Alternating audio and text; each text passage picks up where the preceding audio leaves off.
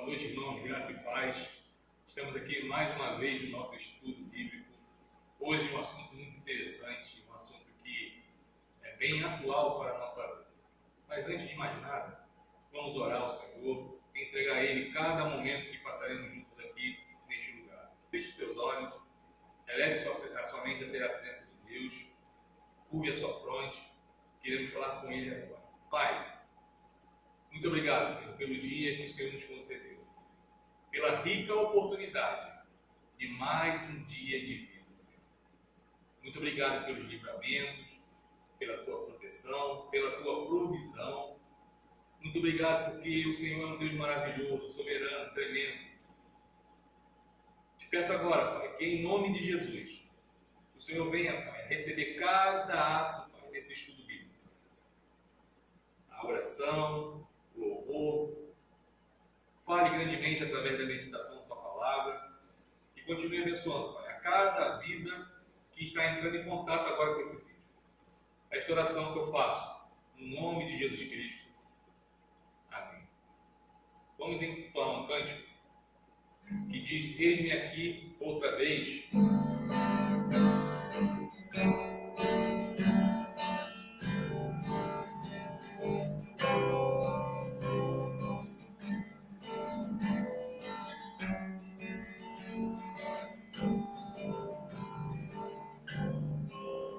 Eis-me aqui outra vez, diante de ti, abro meu coração, eu clamo, tu escutas, fazes cair as barreiras em mim, és fiel, Senhor, e dizes palavras de amor, de esperanças, ao sentir teu toque, tua vontade liberta-me, ser o calor deste lugar.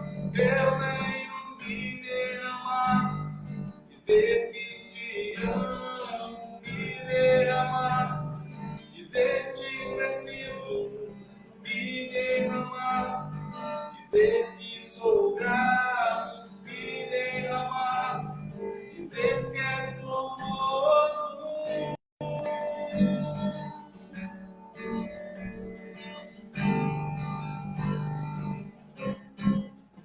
Eis-me aqui, outra vez, diante de ti, abro meu coração, meu clamor, tu escutas, e fazes cair as barreiras em mim, és fiel, Senhor, me dizes palavras de amor, esperanças, enfim, ao sentir teu toque, tua vontade liberta-me, ser o calor deste lugar. Eu venho me derramar, dizer que te amo, me derramar, dizer que preciso, me derramar, dizer que sou grato, me derramar, dizer que és glorioso, me derramar, dizer que te amo, me derramar, dizer que preciso, me derramar, dizer que sou grato, me derramar, dizer que és glorioso.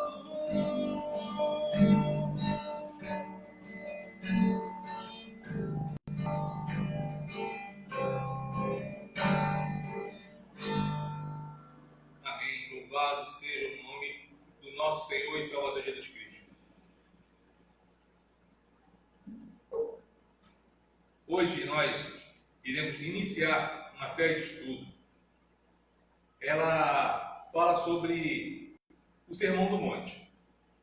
E se existe algo tão atual, a palavra de Deus é toda atual. Mas o Sermão do Monte ele é atualíssimo, porque ele fala sobre desenvolvimento do caráter cristão. Então, começaremos hoje uma série sobre estudos baseados no Sermão do Monte, que tem como título Desenvolvendo o Caráter Cristão. Desenvolvendo o caráter cristão. Eu te convido a abrir a palavra do Senhor no Evangelho segundo Mateus, capítulo 5. Nós hoje iremos apenas fazer a leitura do verso 1 ao verso 12. Mateus, capítulo 5, do verso 1 ao verso 12. Vamos falar com o Senhor mais uma vez. Pai, estamos aqui diante da Tua palavra e pedimos que, em nome de Jesus, o Teu Santo Espírito ilumine os corações aqui neste momento.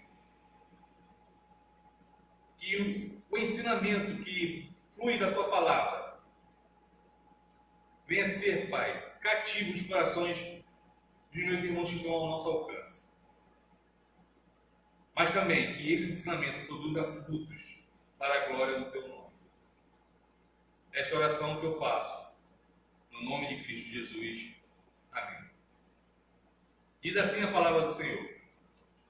Vendo Jesus as multidões, subiu ao monte, e como se assentasse, aproximaram-se os seus discípulos. Ele passou a ensinar, dizendo: Bem-aventurados os humildes de espírito, porque deles é o reino dos céus. Bem-aventurados que choram, porque serão consolados. Bem-aventurados mansos, porque herdarão a terra. Bem-aventurados que têm fome e sede de justiça, porque serão fartos. Bem-aventurados misericordiosos, porque alcançarão misericórdia. Bem-aventurados limpos de coração, porque verão a Deus. Bem-aventurados pacificadores, porque serão chamados filhos de Deus. E bem-aventurados perseguidos por causa da justiça, porque deles é o reino dos céus. Bem-aventurados sois quando por minha causa vos injuriarem e vos perseguirem, e mentindo disserem todo mal contra vós. Regozijai-vos e exultai, porque é grande o vosso galardão nos céus, pois assim perseguiram os profetas que viveram antes de vós. Palavra santa do nosso Senhor. Quando nós olhamos para esses ensinamentos, nós começamos a ver que existe algo nele que fala sobre a questão do caráter. Mas hoje nós faremos apenas uma pequena introdução a esse estudo.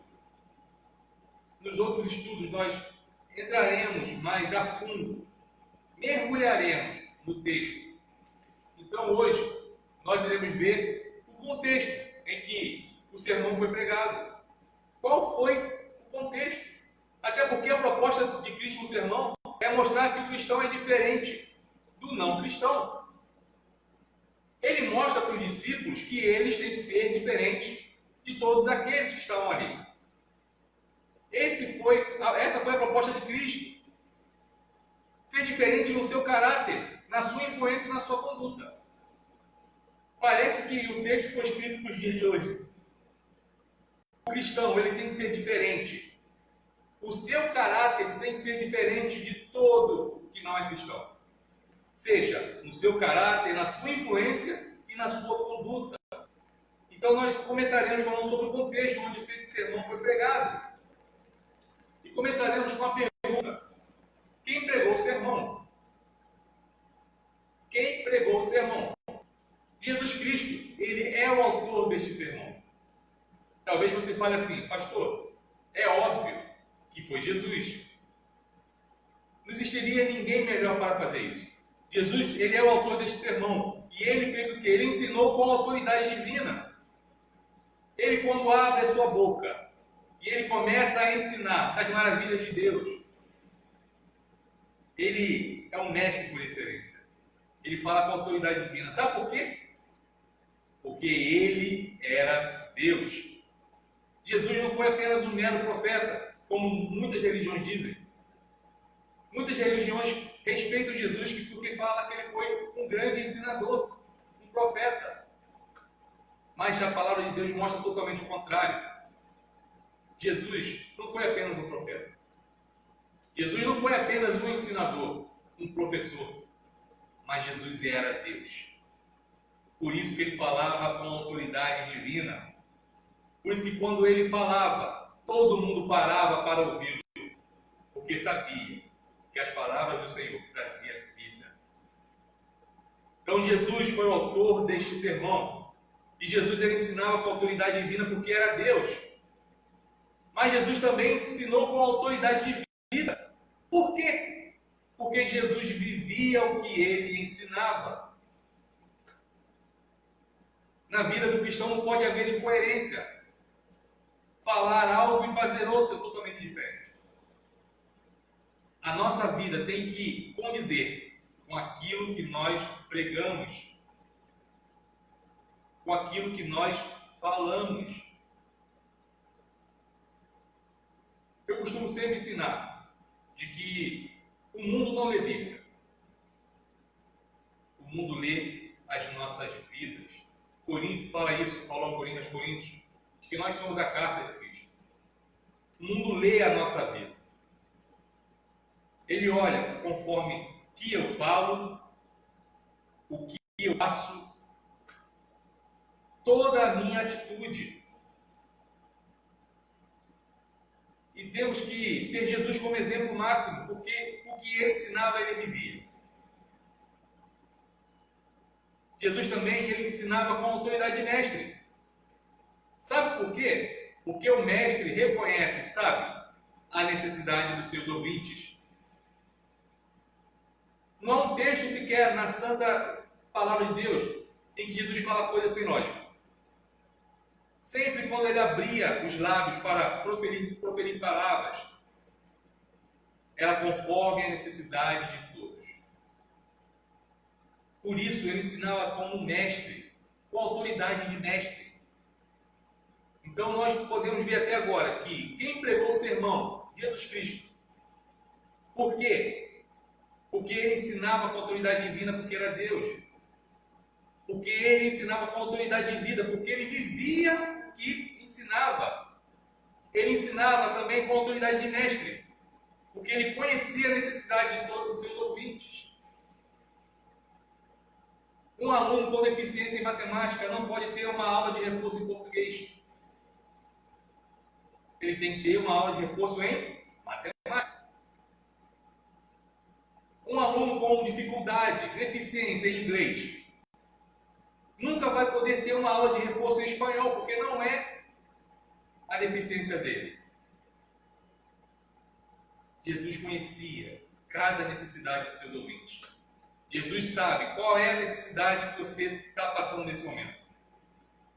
Por isso, ouça o ensinamento de Jesus. Ele sabe o que você tem passado. Jesus também ensinou com autoridade didática, porque ele ensinava de forma compreensível. Jesus falava conforme o seu auditório. Jesus ensinava com parábolas. Jesus falava a linguagem dos seus ouvintes.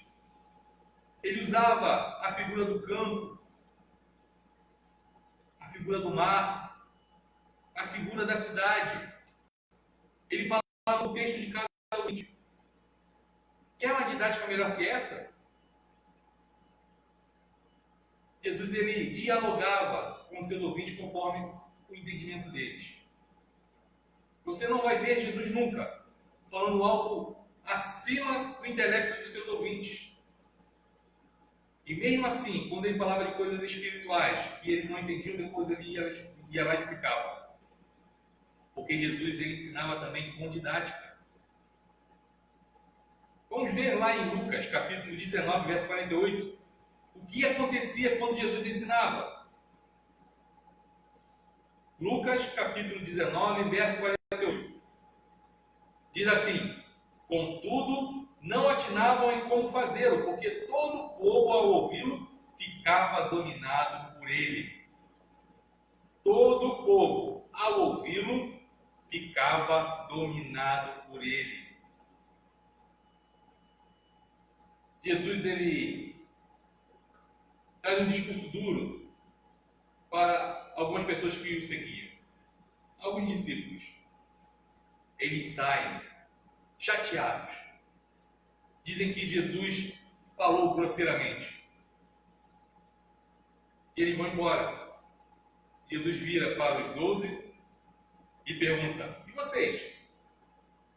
Vocês também não vão embora? E qual é a resposta?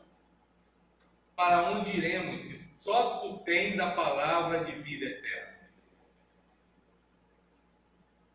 Eles ficaram dominados pela palavra de Deus. Eles ficaram dominados. Essa tem que ser a nossa atitude diante da palavra de Deus. Ser dominados por ela. Não apenas ter uma rotina de leitura, mas ser dominados por ela. Por isso, voltamos à primeira pergunta: quem pregou o sermão? Jesus Cristo, o nosso Salvador.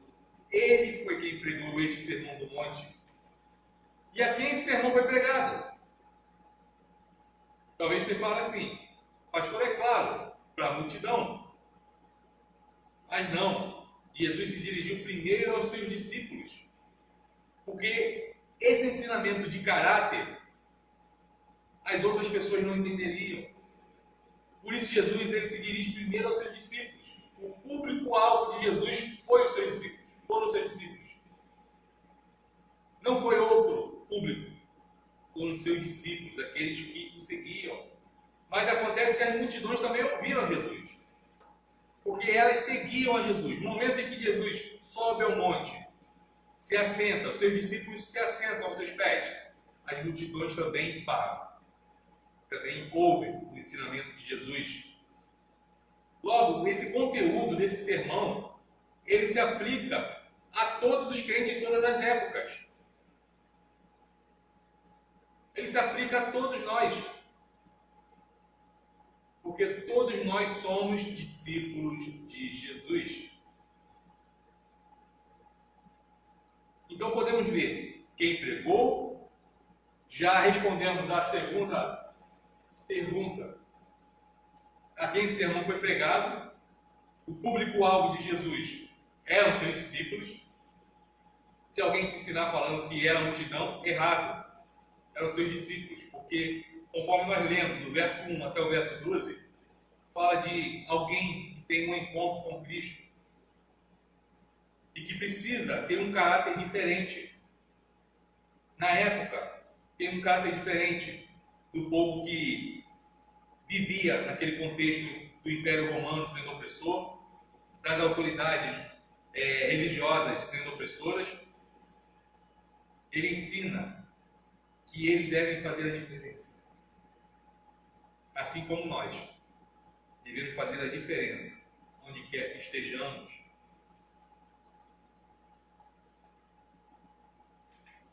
Aí vem agora a terceira pergunta: onde ele foi pregado? Vimos quem pregou o sermão, Jesus. Vimos a quem esse sermão foi pregado, para os seus discípulos. E agora, onde ele foi pregado? Ah, pastor, é fácil, no monte. Mateus diz que Jesus subiu ao monte, está no verso 1. Vendo Jesus as multidões, subiu ao monte. E como se assentasse, se aproximavam-se os seus discípulos. Então, Jesus sobe ao monte. E aqui o monte referido é um monte que fica ao lado de Cafarnaum. Talvez fosse a colina que hoje é chamada de Tábega. E se você olhar na internet, você vai ver que existe um templo, lá uma igreja que levantaram para Pedro, o pescador. Então, provavelmente, esse monte seja esse, ao lado de Cafarnaum. Hoje é um lugar lindo e verdejante, ocupado por plantação de frutas, com uma visão magnífica para a Galileia. Pesquise lá na internet. Tábega, T-A-B-G-H-A, Tábega. Quando ele foi pregado? Quando é que esse sermão foi pregado? O comentarista William Hendrickson, ele diz que provavelmente esse sermão foi pregado numa primavera no ano de 28. 28. E após Jesus ter passado uma noite em oração, você pode conferir lá em Lucas capítulo 6, verso 12. Então ele foi pregado, provavelmente numa primavera do ano 28 AD, após Jesus ter passado uma noite em oração. E todos nós sabemos que oração é um diálogo. E ele desce, ele vai com seus discípulos, sobe ao monte e ele começa a ensinar. E após essa vigília, Jesus escolhe os 12 apóstolos, conforme o verso 13 ao 16 de Lucas 6, o mesmo texto que nós falamos. Então Jesus, após a vigília, escolhe os seus 12 apóstolos. Continuando, no capítulo 6 de Lucas, do verso 17 a 19, ele realiza algumas curas. E logo lá em Lucas, no capítulo 6, do 20 ao 49, ele prega o Sermão do Monte. Então existe uma sequência. Ele vai para a vigília, ele ora, quando desce, ele escolhe os seus apóstolos, depois ele realiza algumas curas, depois ele prega o Sermão do Monte. Mas interessante que Mateus coloca logo no início do ministério de Jesus. Está lá em Mateus 4, do verso 12 ao verso 25. Mateus, ele pega todo esse contexto e coloca no início do ministério de Jesus. Então, hoje, até o momento, você aprendeu quem pregou, para quem foi pregado, onde foi pregado e quando Jesus pregou. Lucas ele é mais detalhista porque ele é o ser médico, então ele é mais detalhista e colocou na sequência. Mateus colocou logo no início do ministério de Jesus. Agora tem mais uma pergunta. Qual o conteúdo deste sermão? Qual o conteúdo deste sermão? Existe um pastor comentarista que eu gosto muito, as pessoas que me conhecem sabem que eu amo esse comentarista, esse pastor, chamado John Stott. Ele diz que o objetivo do sermão é oferecer um padrão ético para os cristãos, em contraste com o padrão ético do mundo e dos religiosos da época. Vou repetir mais uma vez. O objetivo do sermão é oferecer um padrão ético. Olha, um padrão ético para quem? Para os cristãos, em contraste com o padrão ético do mundo e dos religiosos da época. Para ele, o Sermão do Monte é o esboço mais completo em todo o Novo Testamento da contracultura cristã. É ser totalmente oposto do mundo. Este é o objetivo do Sermão do Monte. É ser totalmente o oposto do mundo. Por isso que ele fala sobre um padrão ético. Nós cristãos devemos ter um padrão ético diferente do padrão do mundo. Devemos também estar em contraste com o padrão que o mundo oferece, o padrão que a carne oferece. O seu Ched tem um livro chamado O Mundo, a Carne e o Diabo. E ele diz que estes são os nossos três inimigos: o mundo, a carne e o diabo. Por isso devemos viver no padrão ético, porque somos atacados constantemente por estes três inimigos. Por isso devemos viver um padrão ético para mostrar para este mundo quem nós somos e a quem nós pertencemos.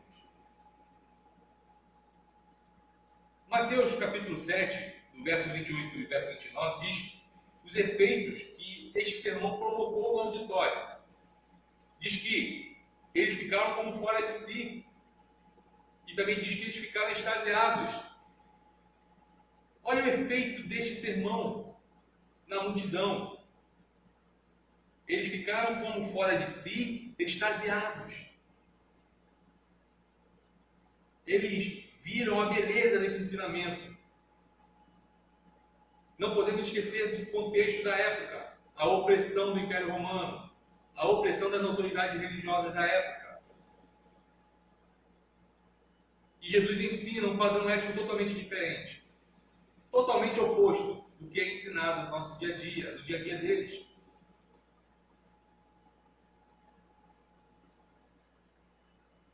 Aí nós perguntamos, Qual a praticabilidade do sermão, então?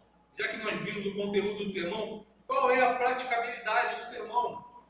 Será que o conteúdo deste sermão é algo praticável ou ainda é algo que jamais será vivenciado? Se você for olhar ipsiliter este sermão, você deve pensar assim: é difícil. É difícil. Como que eu vou ser bem-aventurado? Os que têm fome e sede de justiça, misericordiosos, limpos de coração. Talvez você esteja pensando, é utopia o que o pastor está falando. Como eu vou viver esse sermão? Será que é algo praticável? Será que é um ideal que jamais será vivenciado? Colocar o sermão além do alcance de qualquer pessoa é ignorar o propósito de Cristo. Quando Cristo ele ensina este sermão, ele está dizendo que é capaz, que todos nós podemos. Por isso não podemos colocar o sermão além do alcance de qualquer pessoa, qualquer cristão. Todos nós podemos. Também colocar como sendo atingível por qualquer pessoa é ignorar a realidade do pecado. É esquecer que também somos pecadores. Nós podemos, mas não podemos esquecer que todos nós somos pecadores. Somente com a ajuda de Cristo, somente por intermédio do Teu Santo Espírito, é que nós podemos. Somente com a ajuda do Senhor. Porque eu e você, por nossas próprias forças, não conseguiremos. Então, este sermão ele apresenta um padrão de conduta que é resultado de um relacionamento com Deus. Somente aqueles que têm um relacionamento com o Senhor, uma intimidade com o Senhor, conseguem vivenciar esse sermão. Somente com a ajuda dele, mas com uma vida de intimidade com ele. Só é possível praticá-lo por alguém que foi regenerado por Deus. Como tem andado a sua intimidade com o Senhor? O seu relacionamento com Deus? Como está a sua vida com o Senhor? Como você tem vivido a sua vida cristã? Você tem orado para que essas bem-aventuranças façam parte da sua vida? Saiba que, se você agora responder que não tem vivido uma vida de intimidade com o Senhor, o mesmo Jesus que estava ensinando lá naquele monte, ele ensina hoje ao seu coração. Porque o nosso Senhor está vivo. Ele ressuscitou. E a palavra dele diz que eis que estarei convosco todos os dias. Então, nesse momento, se você pedir, Senhor, quero ter uma intimidade contigo, com certeza Ele ouvirá a sua oração. Mas vamos voltar aqui ao nosso estudo. Então, nós vimos qual é a praticabilidade desse sermão. Então, nós podemos sim, através do nosso relacionamento com Deus, mas não podemos esquecer que somos pecadores. Devemos combater o pecado a todo dia. Romanos diz que devemos mortificar nossa carne.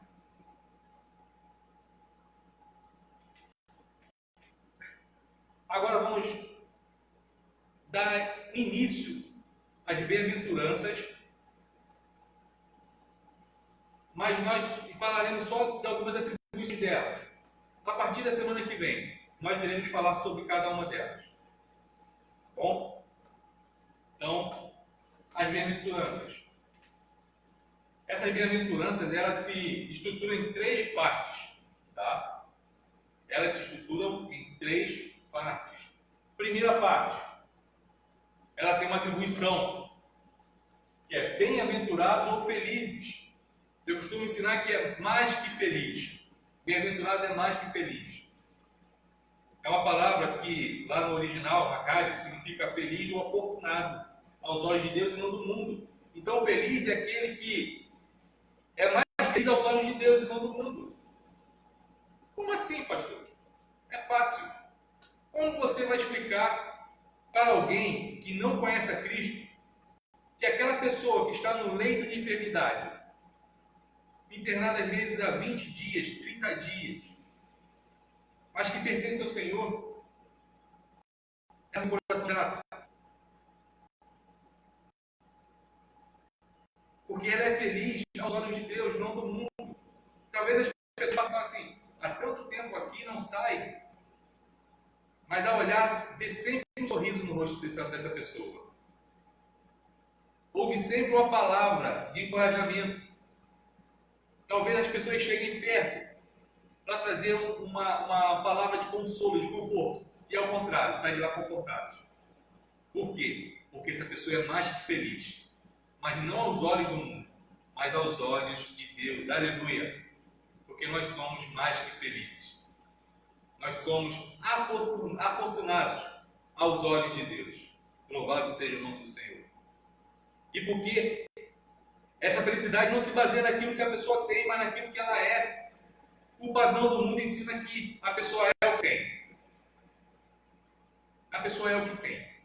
A pessoa é o carro que ela tem, a casa que ela tem, o dinheiro na conta do banco que ela tem, todos os seus bens. Mas a felicidade segundo Cristo não é naquilo que ela tem, mas naquilo que ela é. Isso que é felicidade. E nós somos felizes porque nós somos o quê? Filhos de Deus. Filhos de Deus. Nós somos amigos de Deus. Isso é felicidade. Saber que antes de Cristo merecíamos a ira eterna, merecíamos o inferno, mas através do sacrifício de Cristo Jesus na cruz do Calvário, fomos comprados por um precioso sangue. E hoje, nós somos filhos de Deus, amigos de Deus. E um dia estaremos com Ele, na glória. Por isso, a felicidade não se baseia naquilo que a pessoa tem, mas naquilo que ela é. A felicidade reside no coração e é experimentada interiormente. A felicidade não é algo externo, é algo interno. Podemos ver que hoje, felicidade se resume a uma vida de balada. Se no final de semana a pessoa não sair, a pessoa entra em depressão, porque ela não se sentiu feliz. Quantas pessoas estão procurando a felicidade através de um vício, de um cigarro, de uma bebida, das drogas, de uma vida promíscua? Isso não é felicidade, porque a felicidade não é algo externo, é algo que é do coração. É ter a certeza da salvação. É ter a certeza que se o Senhor chamar agora a mim ou a você, estaremos com Ele no céu. Se o Senhor voltar agora, nas nuvens, com glória, estaremos com Ele. Isso que é alegria. É saber que o Senhor cuida de mim, que o Senhor cuida de você, que o Senhor trabalha por nós. Enquanto nós dormimos, o Senhor trabalha por cada um de nós. Felicidade é saber que o meu amanhã já está garantido, porque é o Senhor que cuida de nós. Eu não sei o que vai acontecer amanhã, mas eu sei que o Senhor já providenciou tudo. Isso é ter felicidade, é algo que somente podemos sentir no nosso coração. A felicidade é prometida para todos os súditos do rei, e não para apenas alguns. Todos aqueles que foram comprados pelo precioso sangue têm direito a esta felicidade. E a felicidade ela é presente, mas também ela é futura. Ela é presente, conforme nós já falamos, mas também é futura. Porque na glória, aí sim, será a felicidade plena, felicidade perfeita. Estaremos na presença do Senhor, eternamente. E sabe o que é eterno? É algo que não tem fim. Então será uma felicidade eterna. Glória a Deus. Segundo lugar, segunda atribuição, segunda parte, perdão, vimos que primeiro é uma atribuição, bem-aventurados felizes. 2, existe um caráter. Qual caráter que existe nessas bem-aventuranças? Primeiro, os humildes de espírito, os que choram, os mansos, que têm fome e sede de justiça, os misericordiosos, os limpos de coração, os pacificadores, os perseguidos por causa da justiça. Então existe uma atribuição que é felizes, mais que felizes, afortunados, bem-aventurados, mas também as bem-aventuranças existe um caráter. Qual o caráter? Os humildes de espíritos, que choram, os mansos, que têm fome e sede de justiça, os misericordiosos, os limpos de coração, os pacificadores, os perseguidos por causa da justiça. Aí eu coloquei aqui no meu esboço uma frase muito interessante. Reputação se ganha ou se perde em um momento. E caráter se constrói através de uma vida. Caráter diferente de reputação. Porque reputação você ganha, você perde em um momento. Agora, caráter se constrói durante uma vida. Então, ser humilde de espírito, ser feliz aqueles que choram, os mansos, e conforme nós já lemos aqui, é resultado de uma vida, mas de uma vida com Deus. Como nós falamos anteriormente, de um relacionamento com Deus. E eu costumo falar sempre, ensinar a igreja, que quanto mais nós nos aproximamos de Deus, temos um relacionamento com Deus, mais nós nos parecemos com Ele. E mais o nosso caráter é parecido com o caráter de Deus. Por isso, viva uma vida de intimidade com o Senhor. E através dessa vida de intimidade com o Senhor, o seu caráter será moldado conforme o caráter do Senhor. Terceiro e último, existe um benefício ou uma recompensa. Porque deles é o reino dos céus, porque serão consolados, porque herdarão a terra, porque serão fartos, porque alcançarão misericórdia, porque verão a Deus e porque serão chamados filhos de Deus. Então existe uma atribuição, um caráter e um benefício, ou uma recompensa. Então essa felicidade, ela nos traz uma recompensa. Pensamos sempre em ser recompensados por Deus por aquilo que fazemos. Jesus nos ensina que somos e seremos abençoados por aquilo que somos. Não pelo que fazemos, mas pelo que somos. Você pode fazer uma promessa, sair daqui até o Japão a pé. Ela tem mar. Mas você não será reconhecido por Deus por causa disso. Você só será reconhecido por Deus por aquilo que você é. Quem você é? Quem você é? Para Jesus, a diferença entre caráter e reputação. Aí eu escrevi aqui: preocupe-se mais com seu caráter do que com sua reputação, porque seu caráter é o que você realmente é, enquanto que reputação é apenas o que os outros pensam que você é.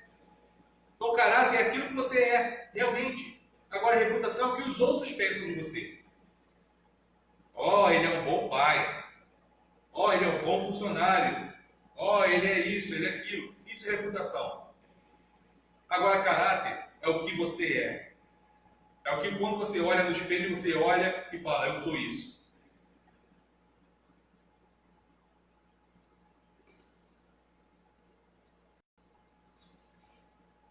Então, o Sermão do Monte ele nos traz esses ensinamentos. Hoje nós vimos apenas uma pequena introdução. Nós iremos, semana que vem, continuar esse assunto, desenvolvendo o caráter cristão. E que assim o Senhor nos abençoe, para que a gente possa verdadeiramente ter um caráter cristão. Sermos conforme Cristo Jesus. Amar como Ele ama, andar como Ele andou. Mas nunca se esqueça de que tudo isso é fruto de um relacionamento com Deus. Vamos lá? Pai, obrigado pelo teu ensinamento. Obrigado porque o Senhor não nos vê conforme as pessoas olham, mas o teu olhar, Senhor, ele é tão profundo que vê o que nós somos no nosso coração, no nosso interior. O teu ensinamento nos mostra, Pai, que devemos desenvolver uma vida de relacionamento com o Senhor. E essa vida de relacionamento, de intimidade, de buscar a sua face, moldará o nosso caráter perante o mundo. A tua palavra nos ensinou que devemos andar totalmente contra o que o mundo ensina. Que as pessoas, ao olhar para cada um de nós, possam ver Cristo Jesus.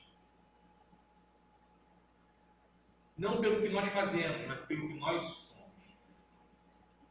Abençoe, Pai, a cada um que participou deste estudo hoje.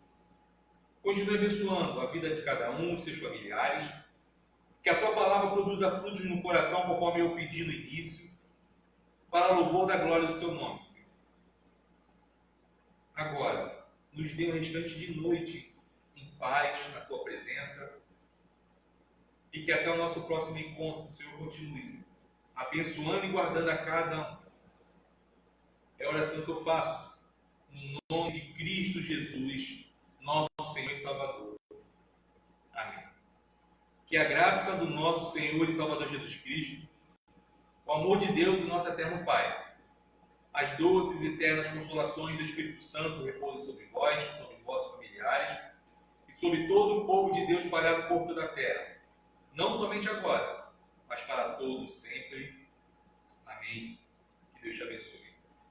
Nós estamos agora colocando aqui nossos encontros online. Então, toda quinta-feira, às 20 horas, teremos nosso estudo bíblico, tá bom? Nosso domingo teremos a nossa devocional online, às 10 horas e às 18 horas. Você é o nosso convidado. E sempre será ao vivo pelo Facebook. E logo depois nós estaremos colocando no YouTube da igreja. Às vezes tem pessoas que têm dificuldade de acessar o Facebook, mas hoje em dia acessar o YouTube é fácil. Toda a Smart TV tem acesso ao YouTube. Então, logo após, mais ou menos meia hora, 40 minutos depois da nossa live, do nosso ao vivo, estaremos colocando também no YouTube. Tá bom? Divulgue as nossas redes, tá bom? Que o Senhor te abençoe, que você possa ser abençoador onde quer que você esteja. Essa é a minha oração.